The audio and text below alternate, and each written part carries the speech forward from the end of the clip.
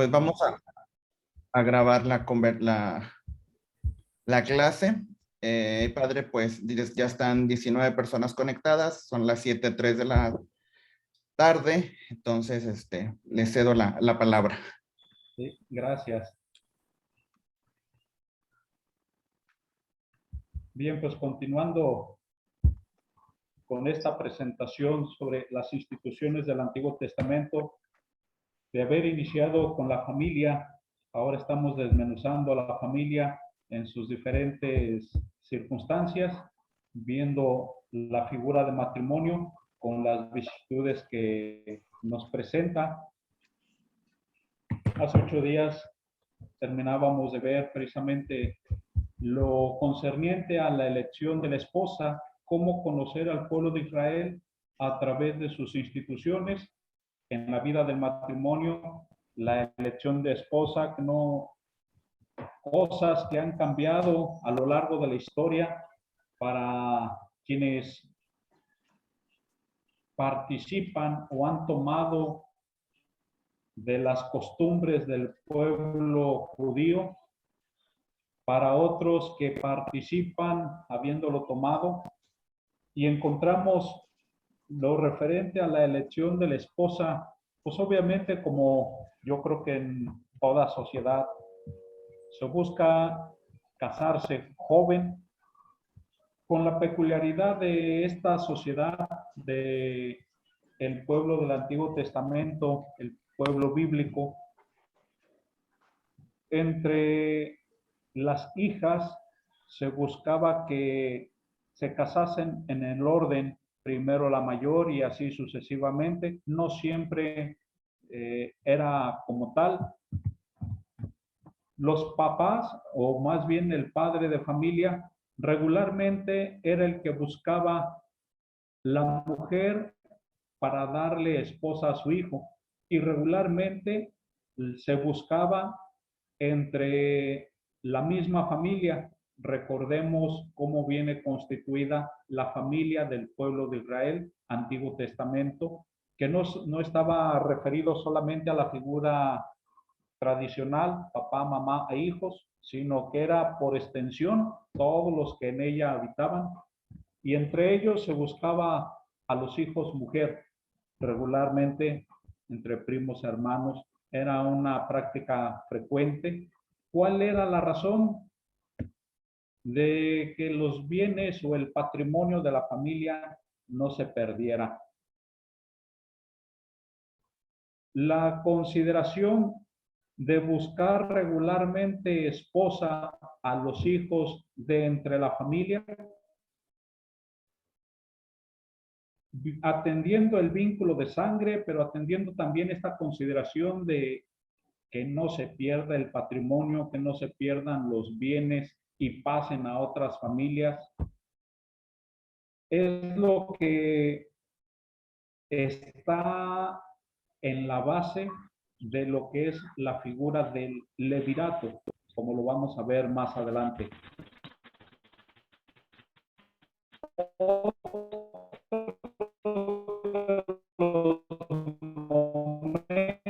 Momentos del matrimonio, como se ve, esa es la promesa de matrimonio hecha antes de la celebración de nupcias. Para nosotros es la figura de pedir la mano.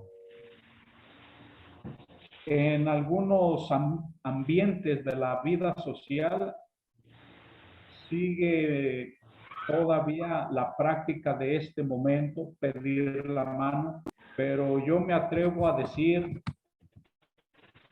con temor a equivocarme, salvo que ustedes como mamás me lo refieran.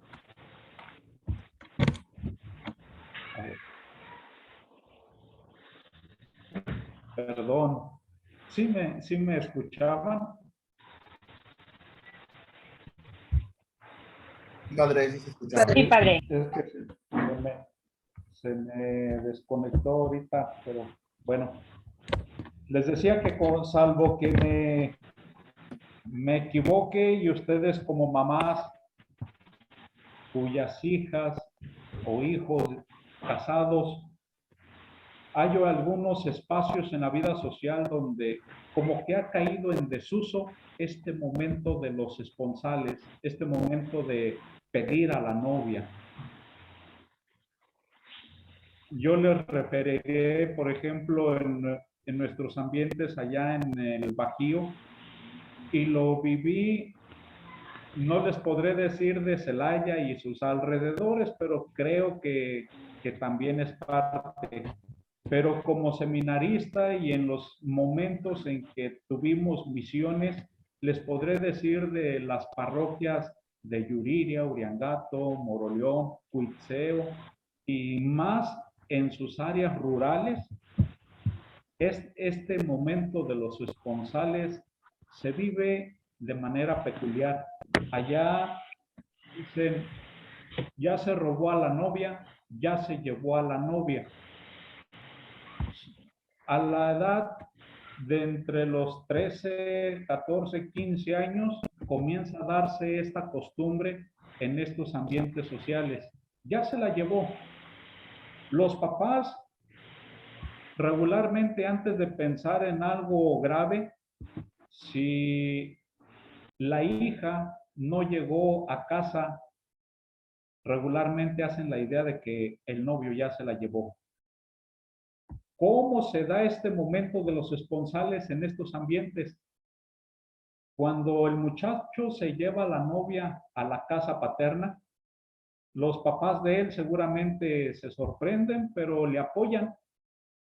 Y entonces, al día siguiente o en los 2, 3 primeros días después de lo sucedido, los papás del novio van con el muchacho y la muchacha a la casa a hablar con los papás de la muchacha. Y es ahí donde se da ese momento de los esponsales en nuestros ambientes hoy día, ambientes rurales.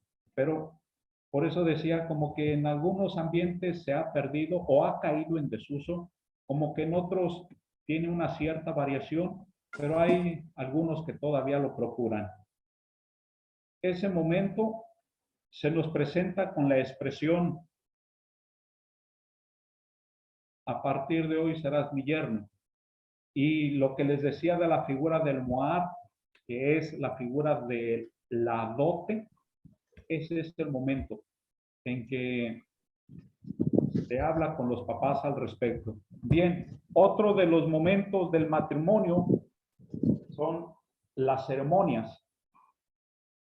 Estos pasajes de Malaquías, de Tobías y de Proverbios son algunos donde se presenta el matrimonio como contrato bajo la expresión: ella es mi esposa, yo su marido, a partir de hoy para siempre. O bien con otras expresiones: tú serás mi mujer, o bien bajo la ley del levirato. Es menester decirles, en todo el Antiguo Testamento, la celebración del matrimonio, en este momento, las ceremonias, el matrimonio es un contrato civil legal, no religioso. Lo religioso vendrá en el Nuevo Testamento y no se pierda, pueda uno evocar algún aspecto, algún pasaje del Nuevo Testamento, pero no se pierdan. Lo que estoy refiriendo es del Antiguo Testamento, donde el matrimonio se celebra como un contrato civil y legal, no tanto religioso. Lo religioso se puede dar bajo el signo de la bendición del padre de familia y de cuantos les procuren bienestar a los nuevos esposos. Este es un momento de la ceremonia. El contrato, más que un papel, más que un escrito, el contrato se daba solamente con la expresión: ella es mi esposa y yo su marido, a partir de hoy para siempre. Era un contrato a la palabra. Ya después, conforme el progreso se va dando en la sociedad, vendrá el contrato civil como tal. como escrito a la letra, y se va a dar a la par que van haciendo la figura de Estado en este tipo de sociedades. De manera particular, yo creo que entre pasajes que hemos leído de la Biblia, más este ambiente de tradiciones y costumbres en el pueblo de Israel, si los vemos por ahí en un documental, en películas, es un ambiente, como en todo, muy festivo, pero con ciertas peculiaridades que quizá no vemos en nuestros ambientes, como un mundo occidental o como un mundo católico, cristiano. El novio, acompañado de sus amigos, va por la novia. Segundo, la ceremonia, si ya inicia desde ahí, desde que el novio va por las calles danzando, bailando, es todo un ambiente de folclore, pero lo principal es cuando el novio recibe a la novia en la casa de ella y nuevamente regresan con la algarabía por las calles y se da la entrada de la novia a la casa del novio. Es el momento en que la novia es recibida y le dan acceso a la casa, a la familia. Recuerden ese tipo de expresiones cuando se da un matrimonio. Al momento de que se da el matrimonio, se dice, van a construir una casa, van a construir una familia. Pues en este caso entran a la familia de la casa paterna. Ese es el momento principal de la celebración. Estando dentro, se canta en el amor las cualidades de los esposos, como lo tenemos particularmente el libro Cantar de los Cantares y de manera peculiar el Salmo 45. Todo esto ya se desarrolla dentro de la casa del papá del novio.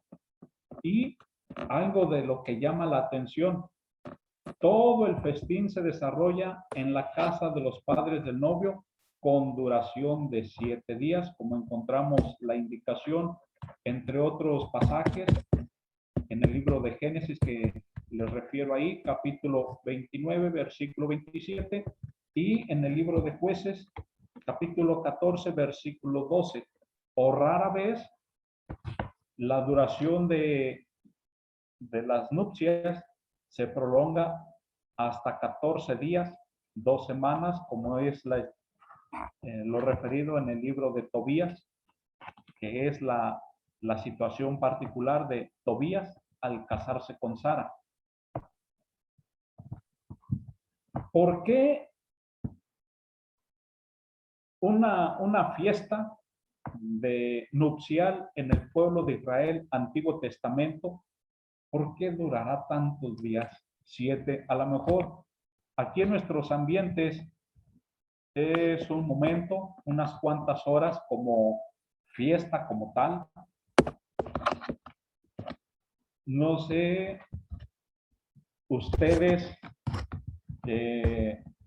optaron por la vida de matrimonio,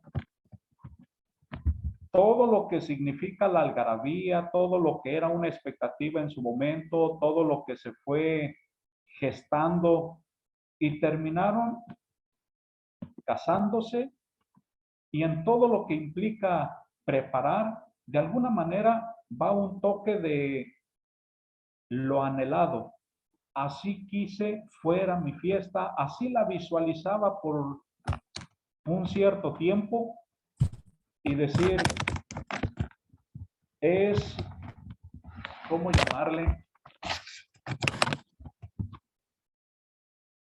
El hecho de que termine su boda, su fiesta nupcial, es un alivio. Se puede decir que sienten un alivio de que ya pasó la presión, de que ya pasaron los nervios, de que ya estaban cansadas y decir, ay, qué bueno que ya se terminó la fiesta. O en un deseo interior de poder decir un poco para equipararlo al desarrollo de esta fiesta durante 7 días, que podrían decir, híjole, qué poco duró mi fiesta. A mí sí me hubiera gustado que continuara. A mí sí me hubiera gustado que pudiera haber durado unos 2, 3, 4 días, quizá no los 7, pero sí más días y no limitado a un momento, a un instante. No sé ustedes, alguien que podrá decir, no, yo la verdad sí pedía ya el descanso, ya era mucho por la presión, por la tensión, por todos los preparativos y el cansancio propio del día de la boda con la fiesta, es decir, ya pedía descanso. ¿Por qué 7 días? El simbolismo que nos muestra la Sagrada Escritura en las cosas, en los elementos, como es en los números. Recordemos, el número 7 está presente desde el libro de Génesis en el relato de la creación. El número 7, en 6 días creó Dios al mundo y al séptimo descansó. Entre el trabajo y el descanso se refleja el tiempo en que Dios actuó.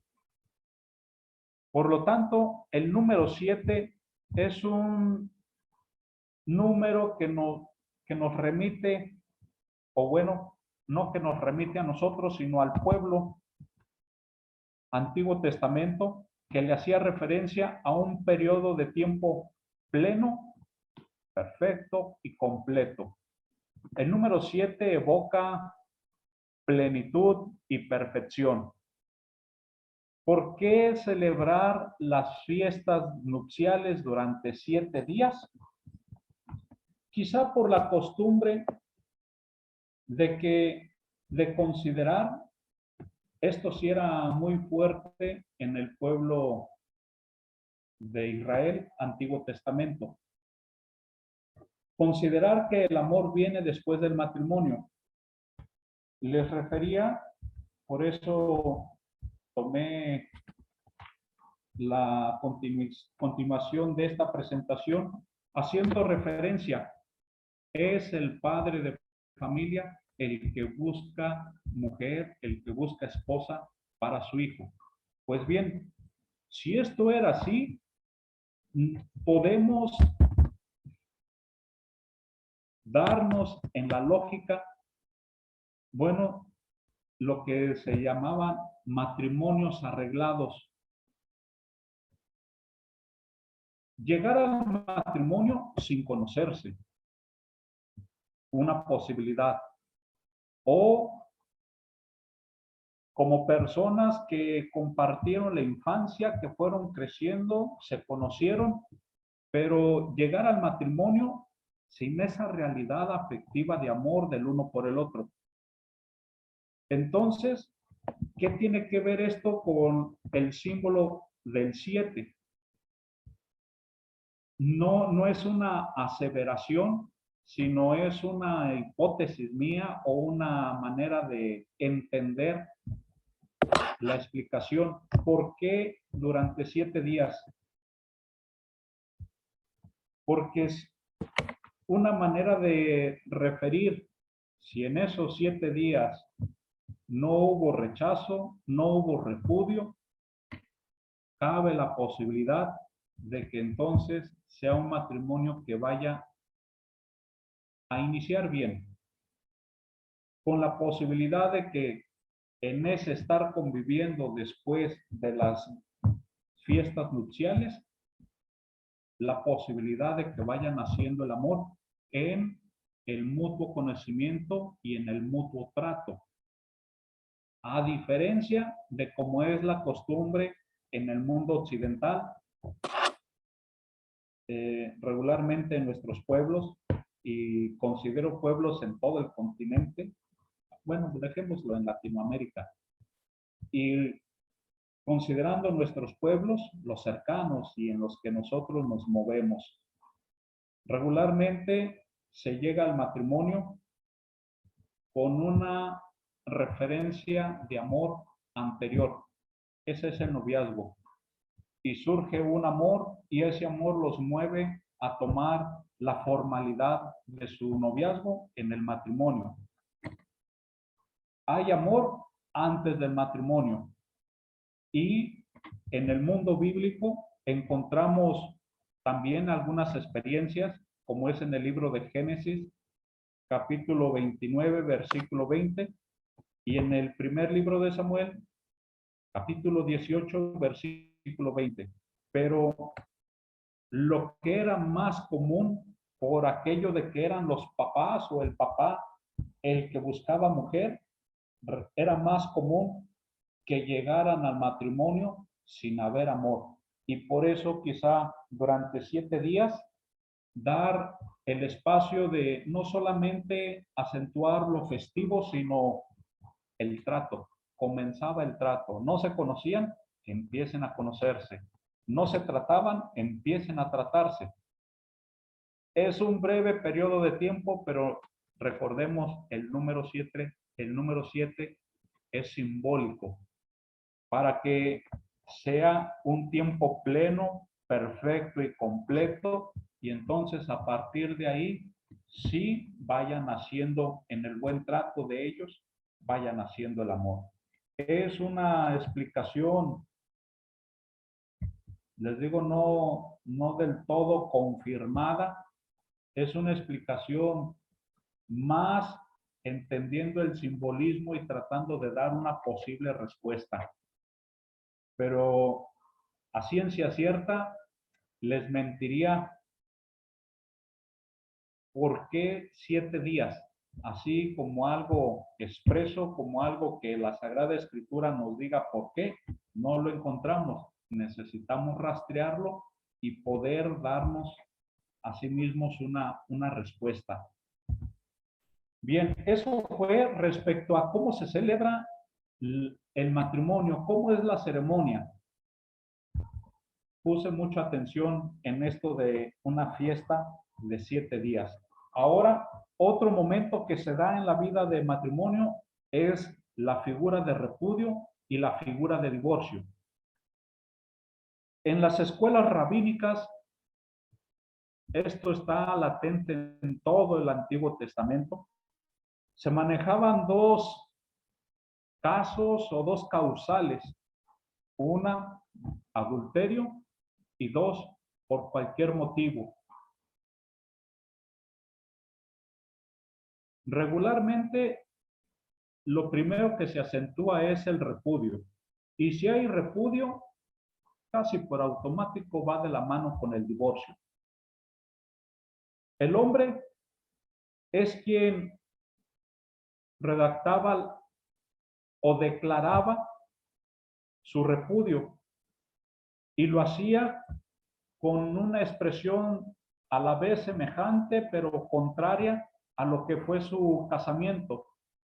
Tú serás mi esposa, yo seré tu esposo. Pues bueno, ahora con el repudio y la petición de divorcio sería, ella ya no es mi esposa y yo ya no soy su marido.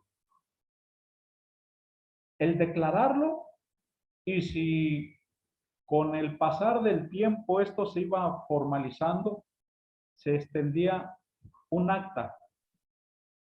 Tanto si fuera de palabra o si fuera escrito, ello le permitía a la mujer volverse a casar. Ante el repudio, había condiciones donde fluía el dinero. Recordemos que cuando se pedía a la mujer, había una dote. La dote era en compensación a la familia porque la familia perdía en una hija una figura de fuerza de trabajo. Por eso era la dote a la familia. Pero también parte de esa dote era para proteger a la mujer cuando el hombre muriera.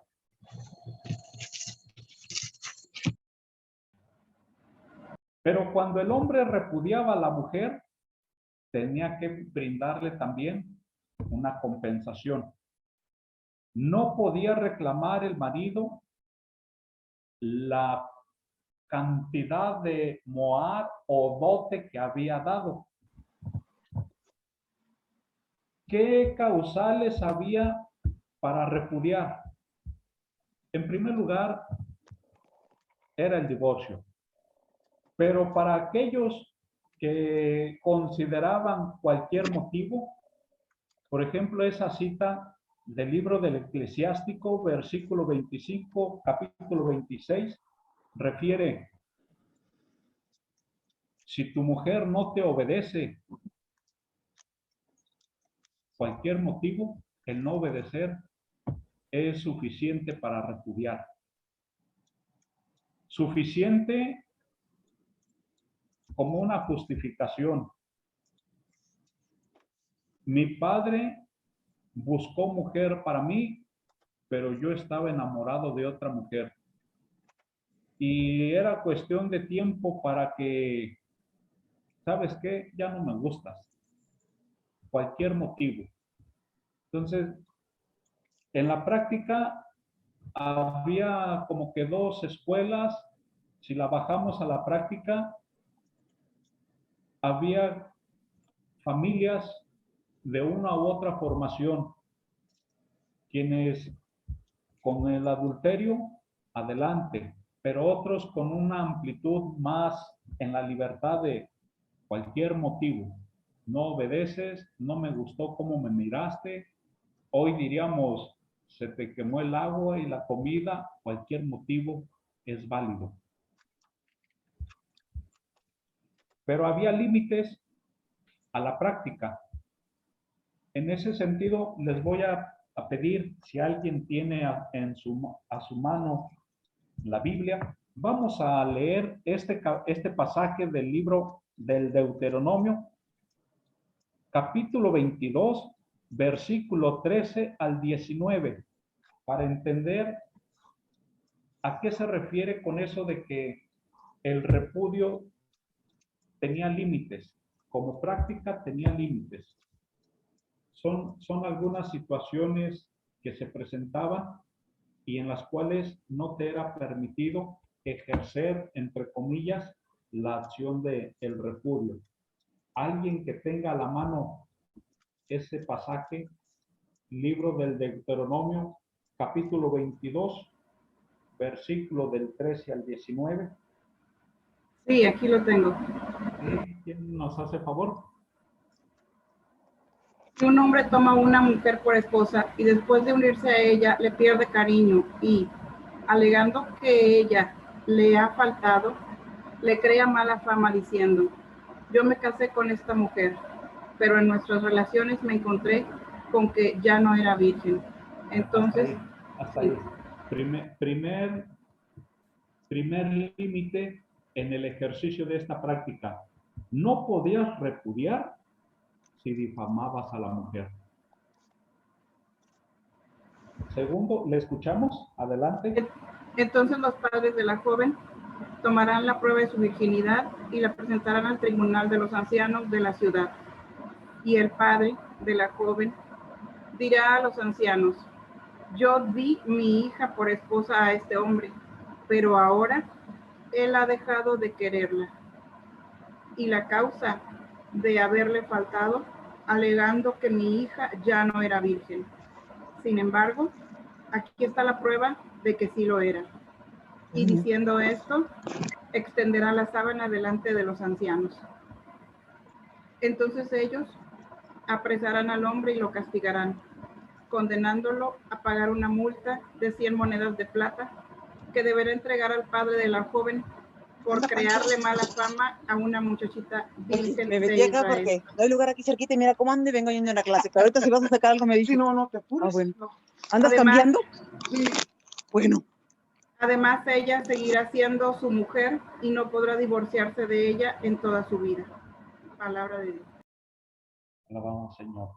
Sí, allí usted en esa parte final de su traducción dice, y no podrá divorciarse de ella. Por ejemplo, aquí en la mía, que es la Biblia de latinoamericana, dice, y no podrá repudiarla en toda su vida. Esos son los límites a la práctica. Uno de los tantos casos que se pudieran encontrar precisamente en este libro del Deuteronomio. Un límite, la difamación a la mujer. Si lo haces, no puedes repudiarla. Y es a la vez también como que una manera de protegerla ante la injusticia. Si esto es así, recordemos un poquito entre paréntesis el Nuevo Testamento. Si estamos viendo que en el Antiguo Testamento se daba esta práctica de repudiar, y si era válido y si era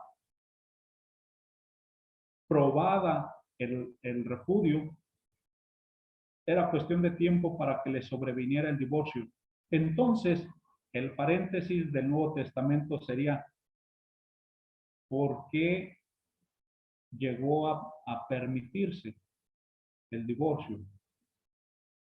No, más bien, no por qué llegó a permitirse el divorcio, sino más bien, ¿por qué a partir del Nuevo Testamento y hasta nosotros, la comunidad cristiana empezó a hablar de fidelidad? O viéndolo, por ejemplo, en nuestro tiempo, en la práctica de la Iglesia Católica, el matrimonio por la Iglesia no admite divorcios. Pues bueno, ya desde que encontramos en el Antiguo Testamento, en el libro de Malaquías, como en el libro de Proverbios y en otros pasajes, encontramos que desde el Antiguo Testamento se empezó a elogiar la fidelidad conyugal. O sea, que sí era una práctica, pero pongamos en perspectiva de tiempo el libro de Proverbios, por ejemplo. En el curso anterior veíamos las diferentes etapas en que se fue formando el pueblo de Dios, el pueblo de Israel. Todo lo que tuvo que pasar, lo que tuvo que vivir y cómo se fue conformando como pueblo de Dios, como pueblo de Israel. En todas esas etapas atendíamos también qué libros, los libros del Antiguo Testamento, se iban desarrollando, se iban presentando a la comunidad, y el entender unos y otros libros a la luz de su contexto histórico. Por ejemplo, los proverbios son sabiduría. Y entonces, con el pasar del tiempo, mientras se vive este tipo de prácticas, con el pasar del tiempo se van madurando las cosas. Recordemos las extradiciones del pueblo de Israel cuando fueron conquistados. Después de un cierto tiempo de estar cautivos en otras tierras, les permitieron su regreso, conocieron otras prácticas, otras costumbres de otros pueblos y sociedades. Y en este sentido, la fidelidad que proclama Malaquías y Proverbios es de esa madurez que el mismo pueblo va adquiriendo a lo largo del tiempo. Una madurez que le viene de ser desterrado, una madurez que le viene incluso de sentirse lejano a su identidad. Su referencia es Jerusalén, pero también sentirse lejanos a Dios. Y entonces alguien dijo por ahí alguna ocasión, cuando tantas cosas nos van marcando una pauta para que tengamos cuidado, prevención Y si no lo hacemos, la misma experiencia se va a encargar de hacernos entender. Y por eso dicen, en última instancia, si alguien no logra corregirnos, en última instancia va a ser, ay, se me fue la palabra, la tragedia. La tragedia como última instancia que haga reaccionar al ser humano. Y entre todo lo que el pueblo fue viviendo y a fuerza de obedecer y a fuerza de no obedecer con sus consecuencias, es que la fidelidad va tomando fuerza en medio del pueblo de Dios. Y por ello, los proverbios, si les refiero, por ejemplo, el libro de Deuteronomio, nos habla de un momento histórico, pero el libro de Proverbios nos habla de otro momento histórico en el que el pueblo va madurando. Son otras generaciones, son otras circunstancias. Uno que marcó mucho la vida del pueblo de Israel en el Antiguo Testamento fue los jueces. Ya no queremos hombres carismáticos. Y después de los jueces vino la monarquía. Ahora queremos reyes. Y ese momento marcó mucho esa pauta del crecimiento del pueblo de Israel. Otra de las circunstancias es ante la imagen de repudio y divorcio, lo que les decía, como repudio, el adulterio. Junto con el hurto y el homicidio, son las acciones condenadas por el Decálogo que encontramos en el libro de Éxodo y el libro de Deuteronomio. Son condenados porque perjudican al prójimo. Por ello, el adulterio daba pie, o el adulterio se tornaba una acción para repudiar y por ende para el divorcio. Pero también se fue entendiendo, si el pueblo fue adquiriendo esa conciencia de fidelidad, también fue teniendo conciencia de que el adulterio se castiga con severidad, pero también fue teniendo conciencia de que el adulterio es una falta castigada por Dios, ya no solamente manejado a nivel humano, ya no solamente entendido a nivel humano, sino a la luz de la acción de Dios. El adulterio se castiga severamente. Alguien que nos haga favor de leer ese pasaje que encontramos en el libro de Deuteronomio, capítulo 22.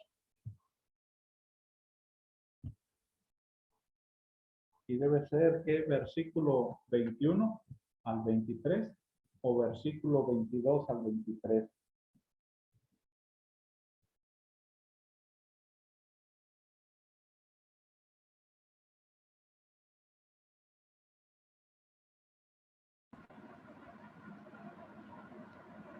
Lo leo, padre.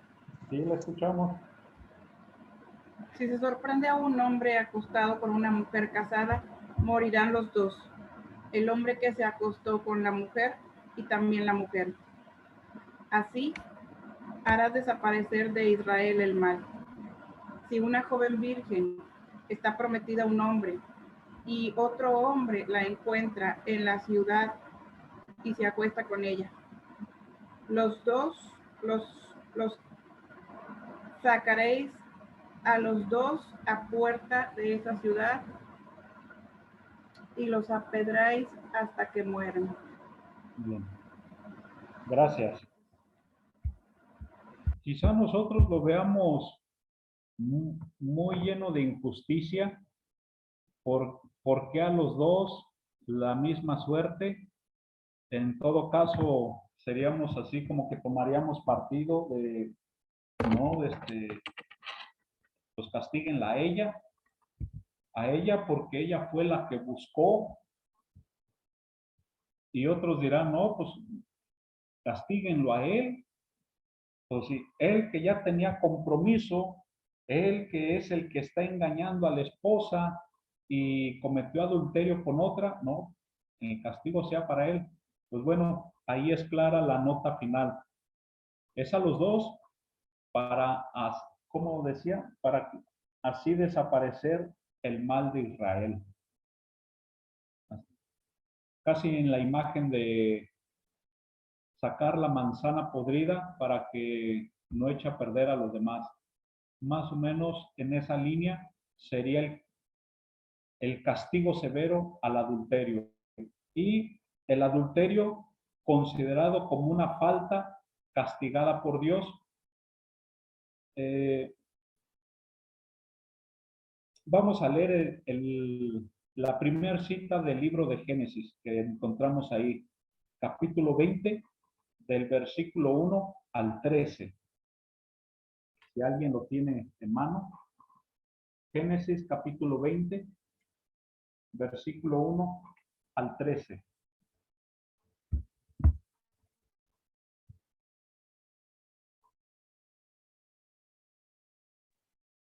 Lo leo, padre. Sí, le escuchamos. Dice, Abraham se trasladó de allí al país del Negev y se estableció entre Cades y Sur. Una vez avecindado en Gerar, solía decir Abraham de su mujer Sara, es mi hermana. Entonces el rey de Gerar, Abimelech, envió por Sara y la tomó. Pero vino Dios a Abimelech en un sueño nocturno y le dijo, date por muerto, pues esa mujer que has tomado está casada. Abimelech, que no se había acercado a ella, dijo, Señor, ¿es que asesinas a la gente aunque sea honrada? ¿No me dijo él que ella era su hermana y ella que él era su hermano? Con corazón íntegro y con manos limpias he procedido, le dijo Dios en el sueño. También yo sé que has procedido con corazón íntegro, como que yo mismo te he estorbado de faltar contra mí. Por eso no te he dejado tocarla. Pero ahora devuelve la mujer a ese hombre, porque es un profeta. Él rogará por ti para que vivas, pero si no la devuelves, sábete que morirás sin remedio, tú y todos los tuyos. Abimelech se levantó de mañana, llamó a todos sus siervos y les refirió todas estas cosas. Los hombres se asustaron mucho. Luego llamó a Abimelech a Abraham y le dijo, ¿qué has hecho con nosotros o en qué te he faltado para que trajera sobre mí y mi reino una falta tan grande? Lo que has hecho conmigo no se hace. Y añadió Abimelech a Abraham, ¿qué te ha movido a hacer esto? Contestó Abraham, es que pensé que seguramente no habría temor de Dios si este lugar y que me asesinarías por mi mujer. Pero es que además es cierto que es hermana mía, es hija de mi padre, aunque no de mi madre, y acabó siendo mi mujer. Y desde que Dios me hizo vagar lejos de mi familia, le dije que me hiciera el favor de decir allá donde fuéramos que yo era su hermano. O sea, ahí tenemos cómo se va dando esa conciencia sobre el adulterio, no solamente el nivel de un perjuicio al prójimo, sino también ya como un castigo por Dios y el castigo severo al mismo. Bien, tenemos otras vicisitudes en la vida de matrimonio del pueblo de Israel, Antiguo Testamento, como es la ley del levirato. Levir significa cuñado. Habiendo hijos, el deber incumbe a los hermanos sobrevivientes. El deber de dar hijos a la cuñada que ha quedado viuda es de los hijos, los cuñados. ¿Cuál es la razón? Le decíamos en una diapositiva anterior que la ley del levirato descansaba en buscar mujer al hijo entre la misma familia, parentela, para proteger los bienes de la familia y por cuestiones de sangre. Pues bien, aquí añadamos estas otras. La mujer ha quedado viuda. ¿Por cuál sea la razón de darle hijos a la mujer? En primero, por la promesa de descendencia de Dios a Abraham. Darte un gran pueblo, una gran descendencia y darte una tierra. Segundo, para perpetuar el nombre del marido difunto. Tercero, atendiendo a los deseos de la misma mujer, querer tener hijos y tenerlos de la sangre del marido. Por eso los cuñados. No era el deseo de querer tener hijos fuera de la familia, que se podía dar, ciertamente. Pero así como que entre tantas posibilidades, pues la primera era esa, que sean de la misma sangre del marido. Por eso los cuñados, la ley de Leví. ¿Por qué la preocupación de darle hijos a la viuda, a la cuñada que ha quedado viuda? Número 4, para no dejarla desamparada. Ahora sí, yo creo que esto de repente por ahí lo sigo escuchando en algunas situaciones, familias, decir, bueno, al menos ya no vas a quedar sola, ya tienes tus hijos, aunque sea uno, dice, ya ese hijo va a ver por ti. Es no dejar desamparada a la mujer. O una de dos, si había realmente ese compromiso, recordemos por ahí un tanto, no la figura, pero sí la conciencia del Goel, la figura que rescataba, la figura que defendía. Si alguien tuviera conciencia de un Goel, decir, bueno, para que no quede desamparada, pero quizá también la mujer, como en el número 3, es su deseo de querer tener hijos porque ella misma se visualiza hacia el tiempo por delante para no verse desprotegida, para no verse desamparada. Quizá no tanto poniendo el acento de la familia o en los cuñados para que no quedes desamparada, sino de ella misma, ¿no? Yo quiero tener hijos porque es una manera de prever no quedar desamparada. Número 5. La razón esencial es perpetuar la descendencia masculina. Lo que decía la casa de Leví, el nombre, José, o el apellido, Bar Jonás. En nosotros, en nuestras culturas, como que más que la casa, pensaríamos en el apellido. Y más si son los hijos varones. ¿Cómo se va a llamar? Pues como su papá. Ese deseo de perpetuar el nombre y no se diga el apellido. En esta ley del levirato vamos a encontrar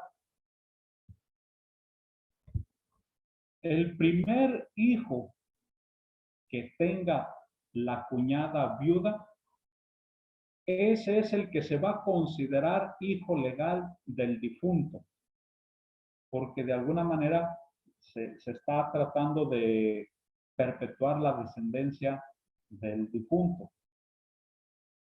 El número 2, perpetuar el nombre del marido difunto. Entonces, solamente el primer hijo de los que pueda tener la cuñada viuda va a ser considerado hijo legal del difunto. Los demás ya no. Otro momento de la vida del matrimonio, la situación de la mujer y las viudas. Sobre la mujer, sabemos desde el inicio de estas presentaciones, cuando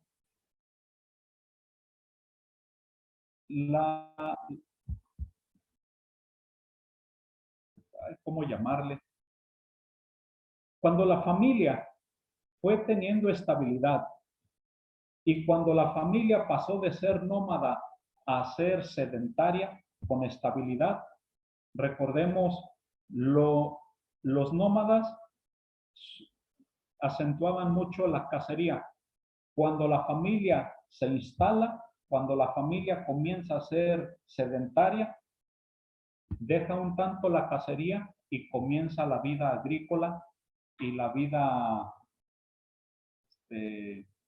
entre comillas, hoy diría ganadera, el cuidado de las cabras y demás. Pues bien, la mujer tenía una participación en este tipo de vida en cuanto a trabajo, mientras el hombre participaba del cuidado del ganado y con todo lo que ello implicaba, la mujer participaba laboralmente de la cosecha, el campo, más las actividades propias de la casa. Excepcionalmente tomaría parte en asuntos públicos, como es el caso de Débora, que nos narra el libro de Jueces en el capítulo 5, 4 y capítulo 5. El trato a la mujer en esta sociedad del Antiguo Testamento se va a dar según su condición, si son hijas solteras, si son esclavas, pero cuando la mujer llegue a casarse, cuando la mujer ya está dada en matrimonio, si a una hija la puedes vender, si a una esclava la puedes vender, a la mujer dada en matrimonio no se le puede vender. La mujer ya adquiere así, de alguna manera, protección para la realización de una vida estable en el matrimonio. La mujer va a tener estima en la familia de la casa paterna, en este caso los papás del marido, va a tener estima cuando llegue a ser madre y más aún tendrá estima cuando tenga hijos varones.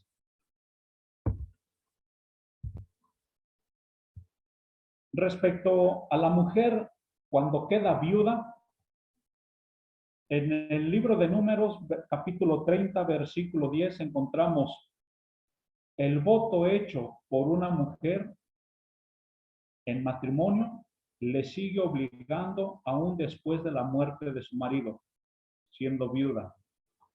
Esto como que sí pasó, cruzó el tiempo y lo seguimos escuchando de alguna manera en nuestra sociedad, en nuestra figura de matrimonio cristiano.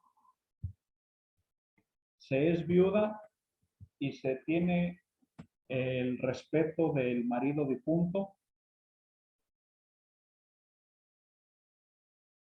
La mujer viuda sin hijos podía permanecer en la familia de la casa paterna del esposo. Y sobre todo, podía una mujer viuda sin hijos permanecer en la familia por el vínculo del levirato. A falta de un levir, a falta de un cuñado, podía volver a contraer matrimonio fuera de la familia, como lo vimos en el caso de Ruth. Ruth no tenía cuñados, pero sí un pariente más cercano. Y el pariente más cercano serían los tíos. Y a falta de los tíos, serían los primos. La mujer viuda con hijos regularmente se le va a ver en condiciones de pobreza y miseria, como encontramos en el libro en el primer libro de Reyes. ¿Por qué, si hemos visto la figura de Moab o la figura de la dote, ¿por qué entonces, si era una manera de proteger a la mujer, por qué una mujer viuda con hijos regularmente se le va a ver en condiciones de pobreza? Porque recordemos, ese Moab se le daba al papá. El papá lo podía disponer de esa dote, pero llegado el momento en que la mujer requiriera de esa dote, el papá le tenía que restituir. Y si no le restituía, entonces aparecía esta situación social de la mujer viuda con hijos, condiciones de pobreza, porque se gastaron su dote y ya no hay manera de reponérsela.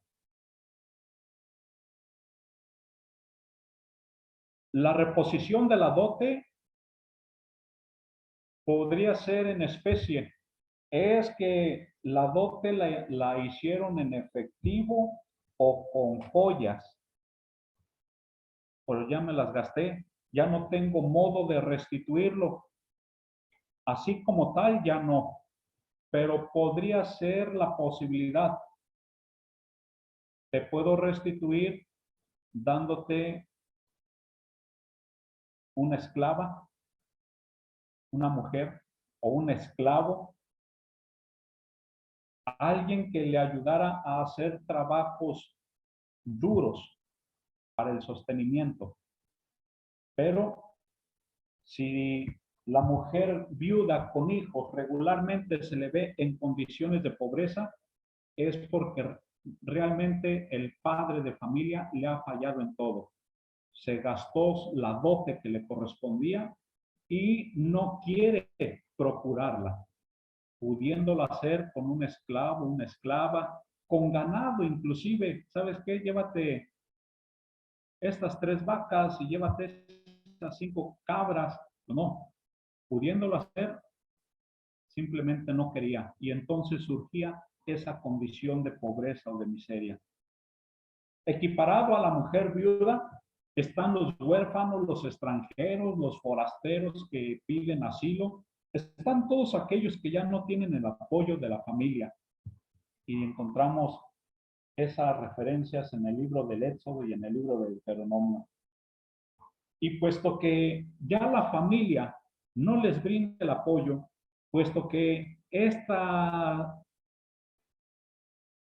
estos sectores sociales, estamos viendo la situación de la mujer viuda, pero equiparable a ella, los huérfanos, los extranjeros, los forasteros. Si ya la familia no les va a ayudar, están expuestos a la sociedad en condiciones de pobreza. Pero entonces, recuerdan cuando la figura de Goel va perdiendo fuerza ante todos los cambios que va teniendo como sociedad del pueblo de Dios. Son los profetas los que van a recuperar la figura de Goel y la van a referir directamente a Dios con el pueblo. Pues bien, aquí también las personas que ya no tienen el apoyo de la familia serán recomendados a la caridad del pueblo, asistencia social, y en última instancia estarán recomendados a la protección de Dios.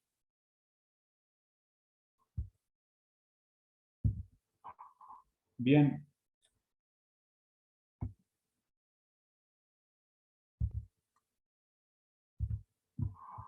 Miren, ya se me agotó el tiempo para la próxima semana. Terminaría de hacer esta presentación sobre la familia como institución del Antiguo Testamento, desmenuzada en la figura de matrimonio como institución del Antiguo Testamento. Y sobre el matrimonio,